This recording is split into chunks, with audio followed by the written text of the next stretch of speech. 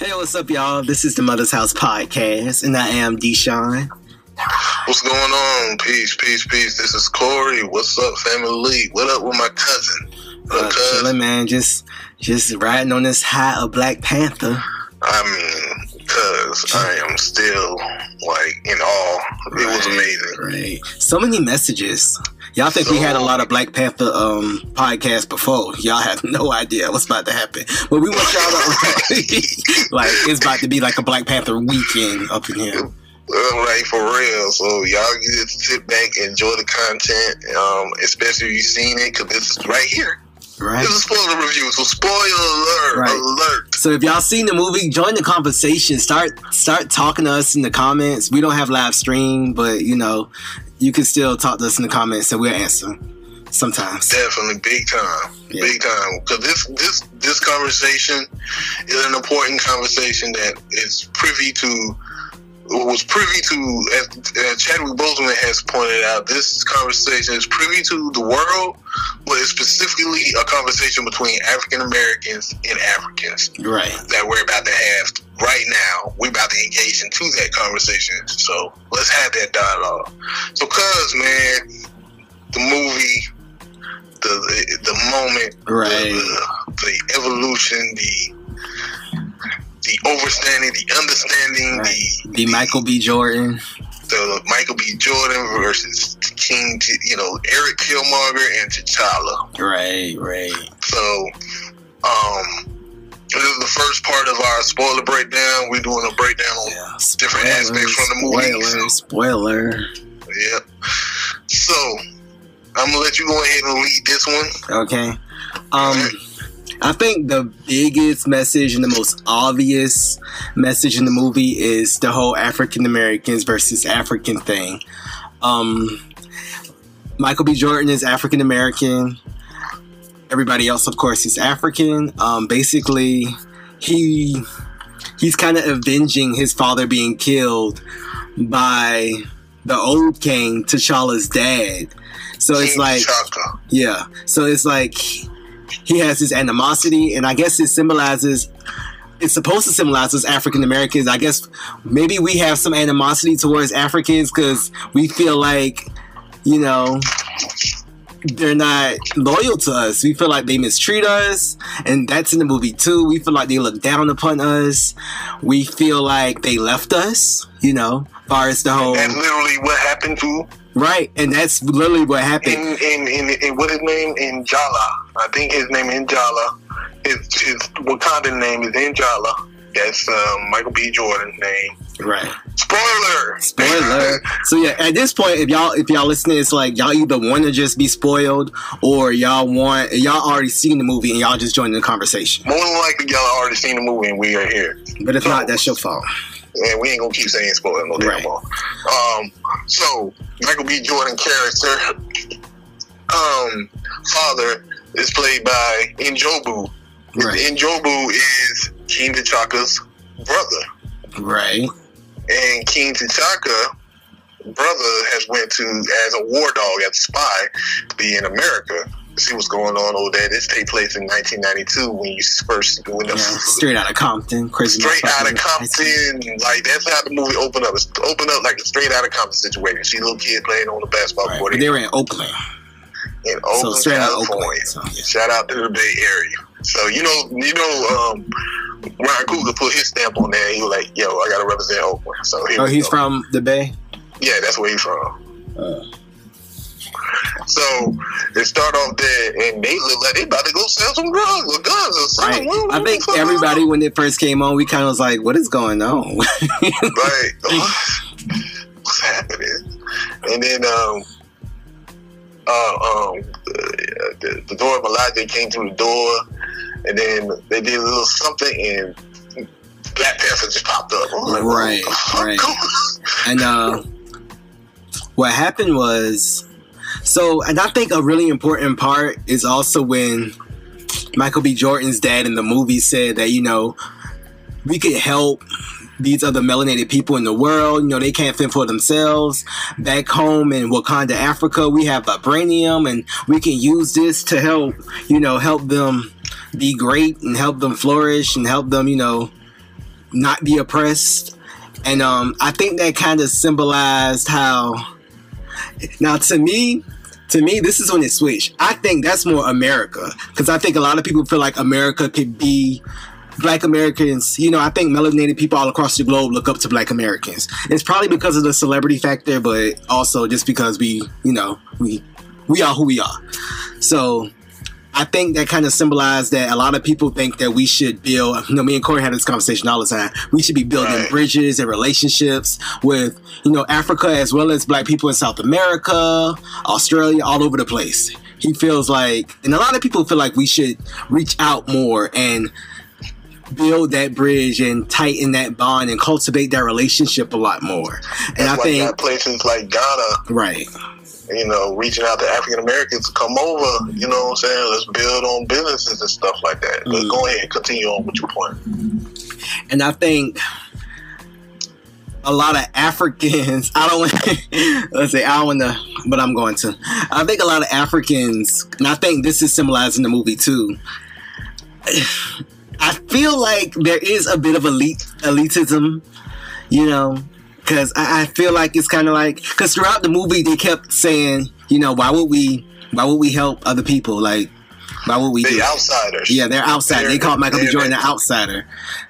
They call like everybody who's not them outsiders, and the whole thing is, you know, we're doing so good, which again, I know I'm probably confusing y'all, but I feel like that's more America than Africa, unless it is this hidden country in Africa that we don't know about.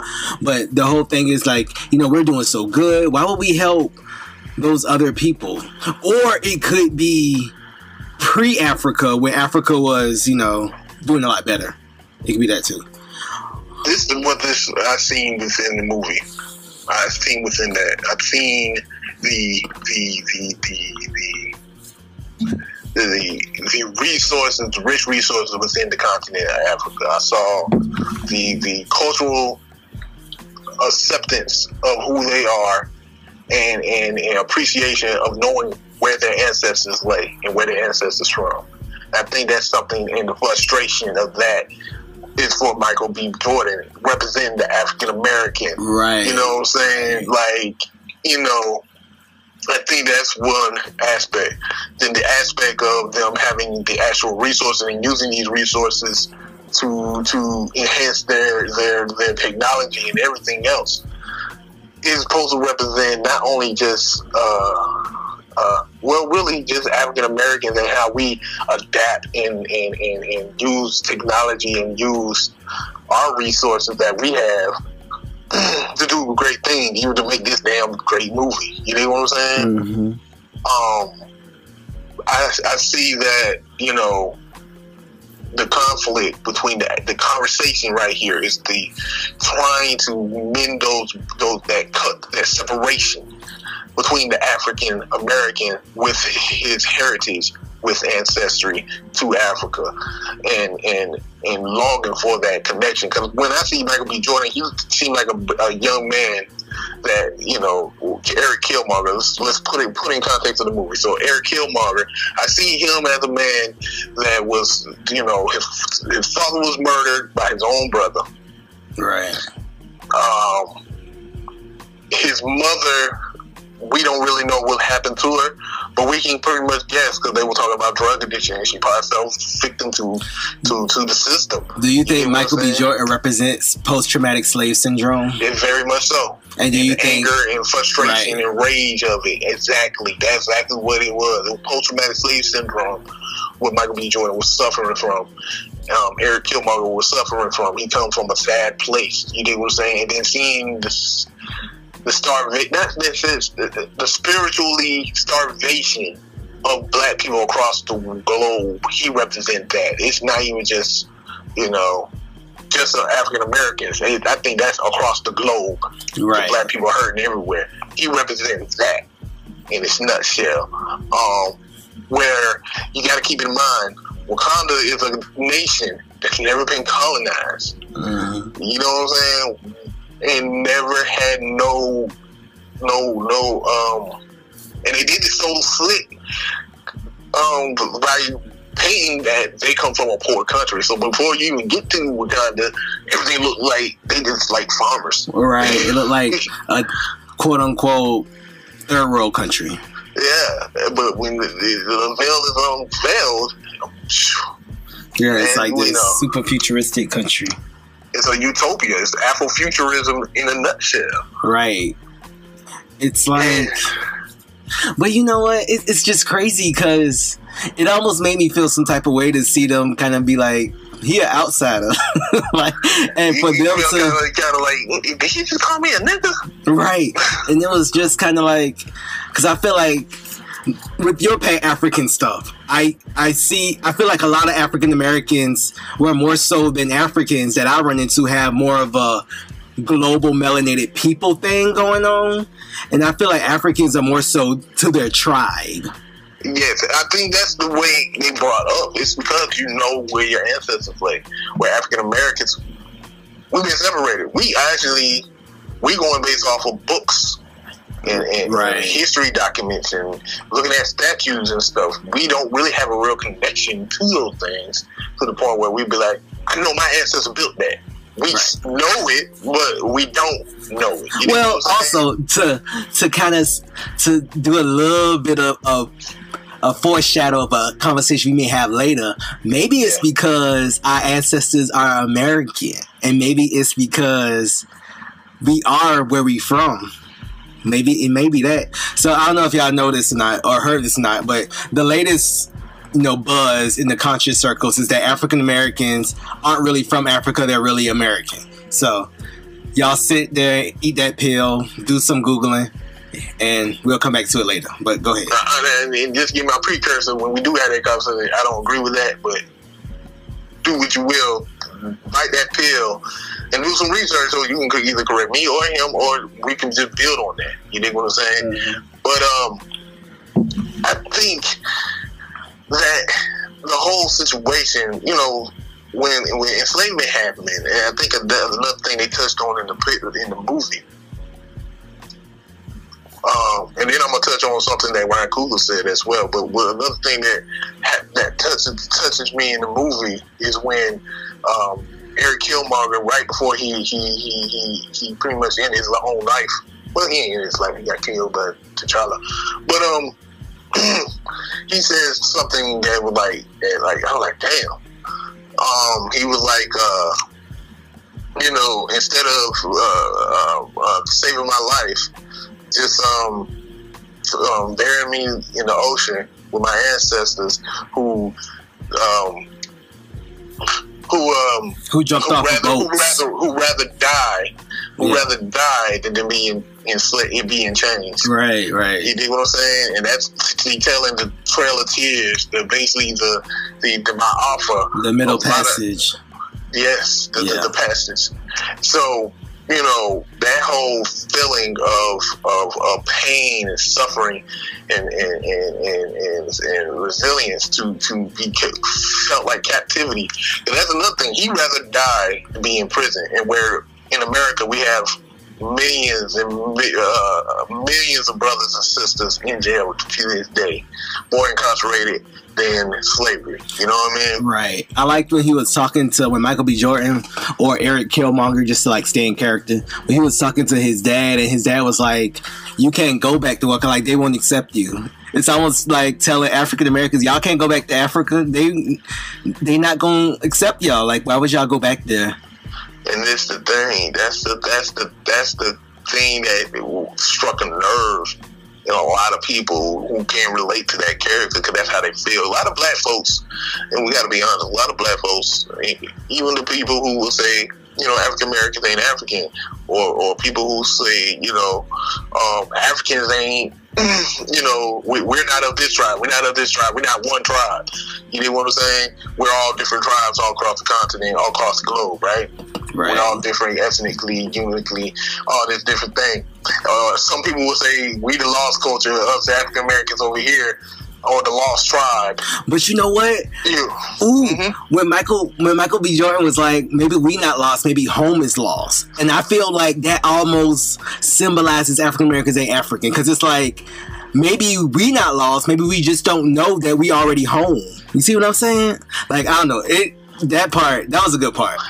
That was a good part. Yeah, that was a good part. That could be what he got. To probably be the thing that he's writing. But I think it's bigger than that. I think it's saying that, you know, maybe we're not lost, maybe they're lost, and what he's probably symbolizing, because if you try to equate the technology and everything else to African Americans, and the rest of the world is the Africans, like African Americans actually represent Wakanda. Right. Even if you do the history of the field of the name Wakanda, that's actually an ancient American name, to be quite honest. Right. If you do the research of where Wakanda come from, the ancient name, it comes from Native American languages.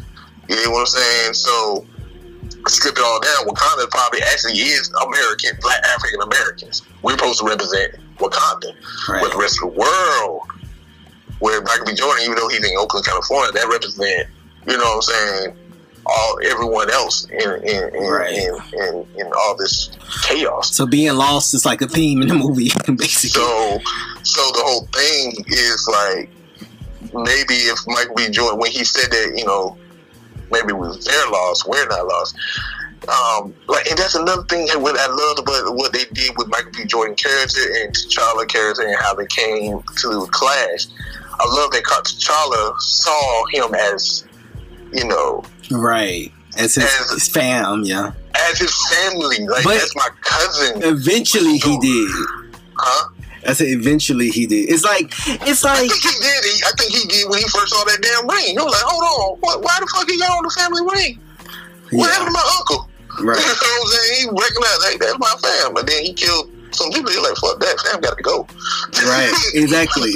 I think it was kind of like, I know you, but I still don't want you around here. No, I don't think it was like that. I think eventually he came around, but because I felt like the people in Wakanda want to protect Wakanda, so it's kind of like, yeah, I know you. In the beginning, this is what I got in the beginning. It was kind of like, yeah, we may be family, but you coming here talking reckless, you acting up, you causing like, I might have to pass on the reconnecting right now. That's how I felt at first, and I think eventually, because I think T'Challa is supposed to have a good heart, you know, he warmed up to it. I think that he did warm up to it. I think what it was when they first interact with each other, that epic scene. That's an epic scene to me. That's one of the epic scenes when they first interact with each other in the chambers. I love that they're cousins too. I just think that's so dope. Yeah, they cousins. So it's like me and you going back and forth. Right. I like when Michael B. Jordan called Angela Bassett auntie. Yes, I love that. I was like, oh man, this nigga is hell. Right. Hey auntie. Right. And then he was like, right before, he's like, damn, you got me there, cousin. Right. You know, so it's like a family affair. You know what I'm saying? It's a family event. And I also, the reason why they bridge, I think the reason why that Ryan Coogler and the other writer that wrote this, they wasn't writing it to separate African Americans and African. It was like the reason why T'Chaka's father, T'Chaka and Jobu, who is Michael B. Jordan's father, right, our cousins, is saying like, we're cousins, we're family. Right. We're African Americans and Africans, we're a family. Right. You know what I'm saying? And we're gonna have this, and because of colonialism, because of racism, because of slavery, we have been separated from each other, and our separation has led us to these two different situations, places where spiritually we're not there, but spiritually you are there, but technologically we're there, but technologically you're not there. Right. So we actually have what we need to help each other. That's why when they kept on saying in the press, saying like, yo, this is a Pan-Africanist movie. Mm-hmm. It is. It really is. It's a dream. It's an idea. It's like something we can tangibly look forward to working together to get, even though they ain't really got there on this movie yet. You know what I'm saying? Right. But let me pull back the veil a little further. You remember Civil War? And on Civil War, T'Challa and Millennium Falcon, who played by Anthony Mackie, another black character in the Marvel's universe, had an exchange where Anthony Mackie was kind of like, who this dude think he better than me and this and that. That's supposed to symbolize the rivalry. That's how African Americans look at Africans all the time. Okay, so it's like who he supposed to be? Right. Almost like when in the Django, when did a black person ask that? Who's that nigga on that horse? Who that nigga's on that nigga? That was that way. Yeah, kind of like that. Like almost when the black person, I guess, is supposed to be in a higher position, other black people look at him like, who do you think he is? Like, who's this nigga? Man, and even when we're talking about, there's so much more to unpack. Right, because I love the genius of black woman that's symbolized. I love that they call the white guy colonizer. Oh man, I hollered when she said that. I was like, oh hell yeah, colonizer. Right. They call him a colonizer. When Michael B. Jordan, he killed every fucking damn body. I was like, damn, that nigga unapologetically black. It's almost like, I think it also, you could argue about the disrespect between generations. Yes, you definitely can. Yeah. You definitely can. And also you can argue the fact that when white people try to get into black people business, they gave every like when they was in the Jabari Wilds and the white guy started talking, they started, I don't know what kind of noise they were making, but they were kind of like telling him like, look, nah, you don't say shit in here. Right. You ain't got nothing to say here. And I was like, hell yeah, like, don't get that white man no ADD have an opinion here. Right. It's between us. Right. You know? And then when what that dude named Andy Serkis character, that's the guy who played Claw. When right before Eric killed, and I was kind of like, damn, he killed his own girl. That nigga really don't give a shit. Yeah. But when he right before he shot Andy Serkis and killed, I knew he was gonna shoot her. When he killed Claw, Claw said something to him. He said, "They ain't nothing but a bunch of stuff." He did not like that. That's why he killed him. Right. He was like, nah, you ain't gonna be talking about my people. I don't give a fuck if they Africans or whatever. You ain't gonna call us fucking savages. Wow. Do you think, can someone play on the fact that maybe Michael B. Jordan shooting women and fighting women symbolizes black men in America, supposedly the gender war? Yes, big time. Like how black men supposedly, allegedly, are extremely disrespectful to women. I think that's supposed to represent men across everywhere, and not just America, because it's not like in Africa. But I feel like in Africa, it's like when Daniel K. I don't know how to pronounce his last name. When Daniel K. Mr. Get Out. When his woman approached him when she was about to kill him and he surrendered, I think that represented how we respect our women. You know what I'm saying? I think you're doing too much of a separation between African American and African, because I think African American men actually do respect their women. I mean, I do too. I definitely do too. I think that's just an African thing.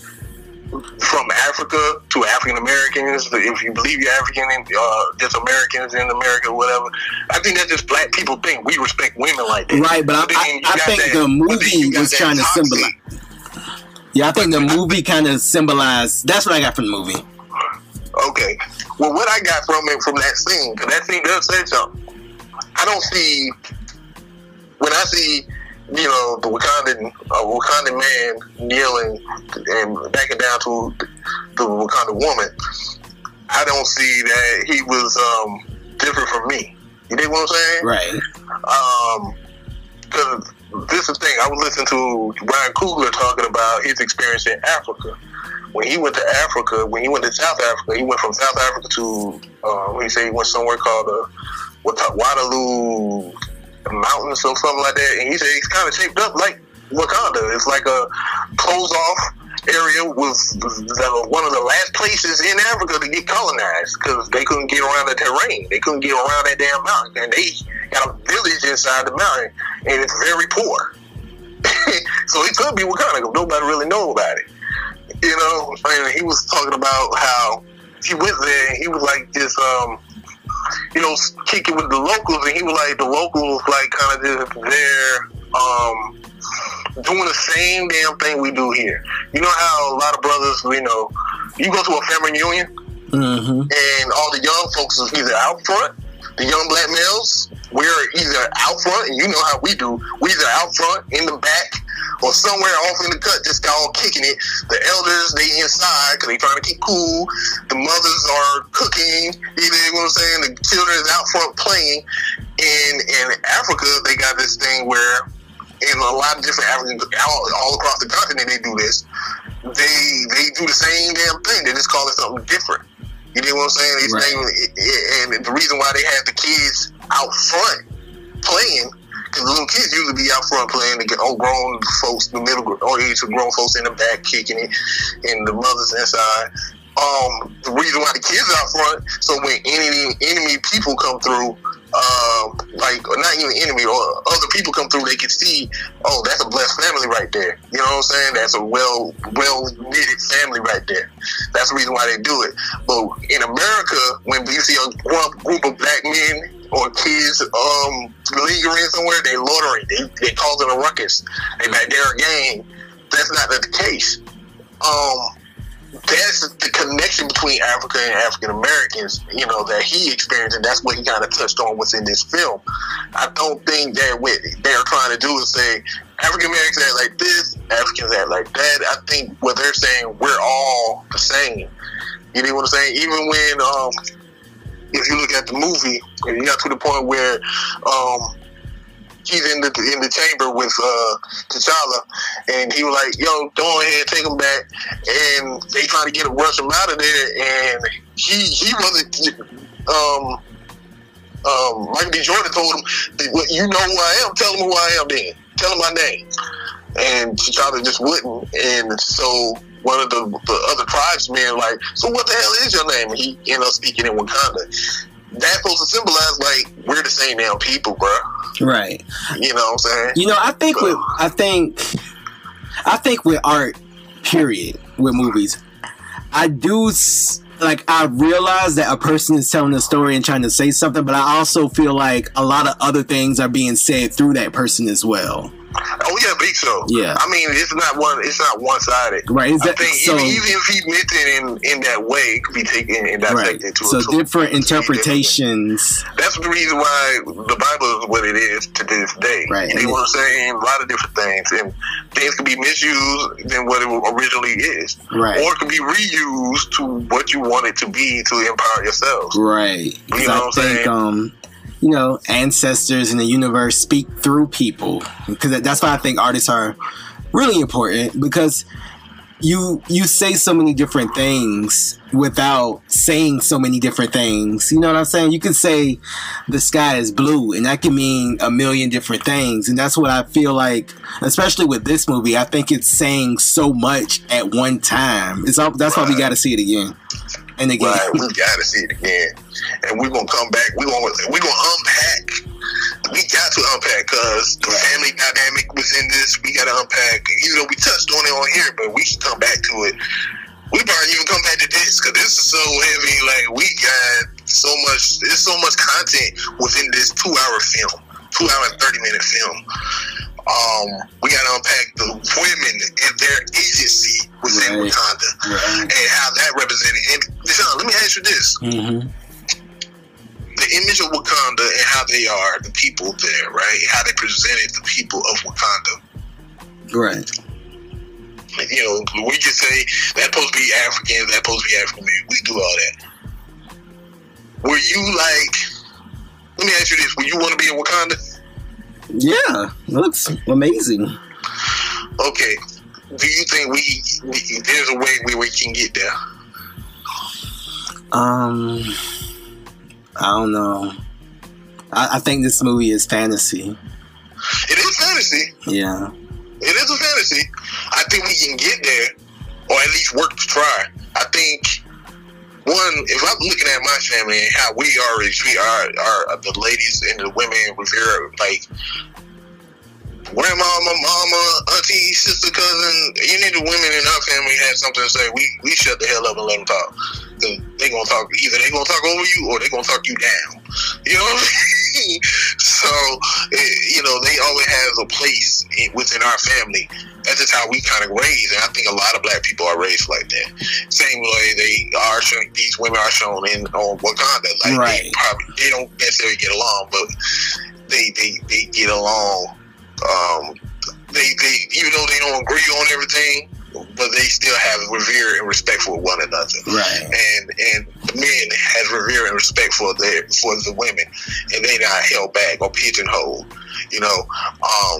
So that's another aspect we're going to touch on as well. But right. And I think I honestly think that it's a possibility if we really do push for Pan-Africanism, we really push towards the building those bridges instead of burning them down. But it's going to take a lot of work, and you got to take a serious effort.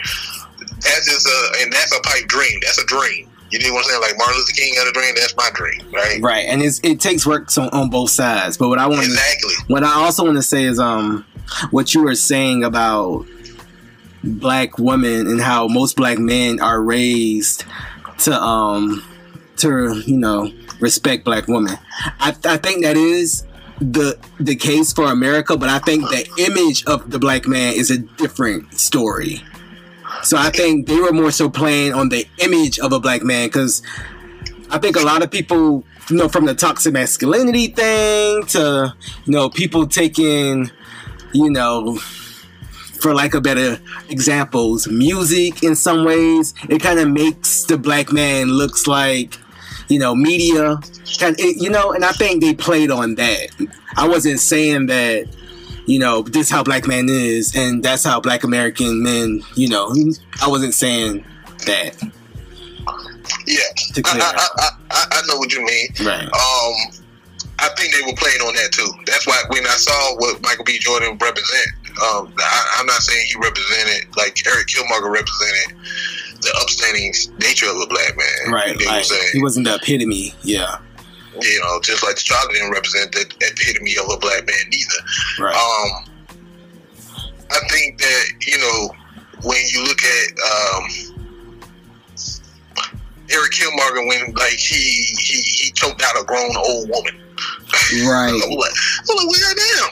Choked out an old woman, shot her, killed a woman, killed a bunch of women, fought a bunch of women. He was just killing everything. Like, he was just disrespecting women, like. But it's that trauma, it's that post-traumatic slavery trauma, and that's where the disconnect, not the disconnect.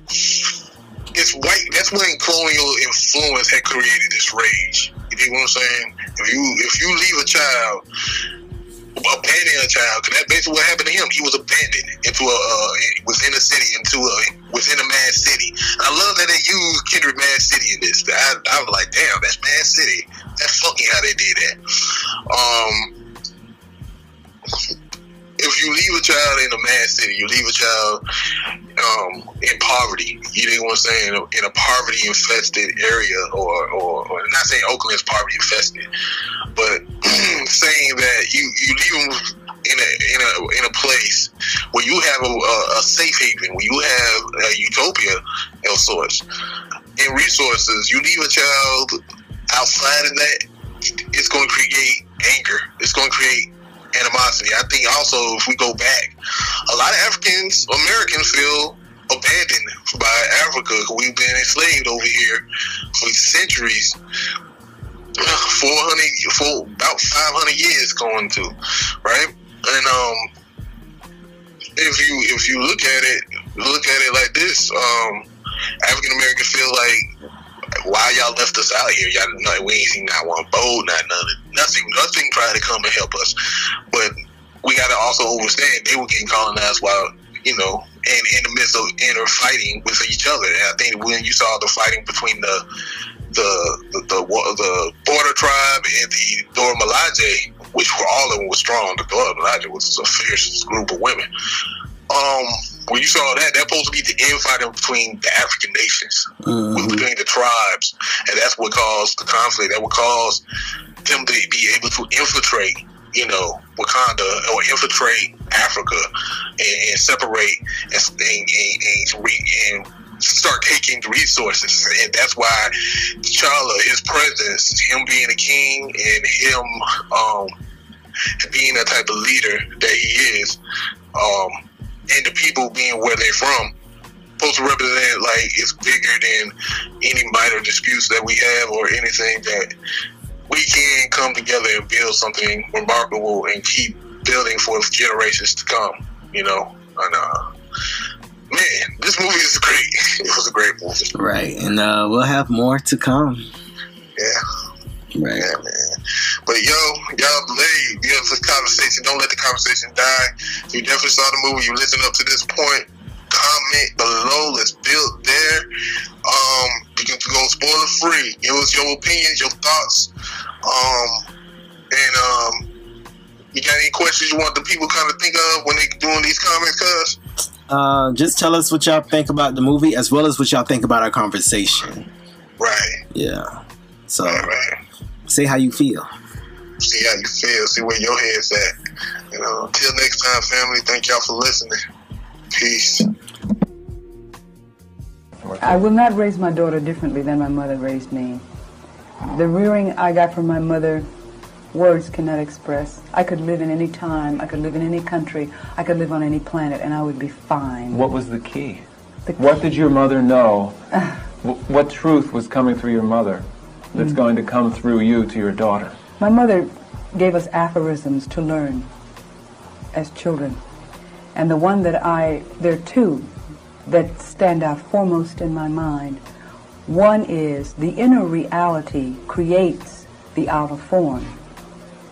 I learned this when I was in grade school. I was very young. And the other is, the universe bears no ill to me. I bear no ill to it.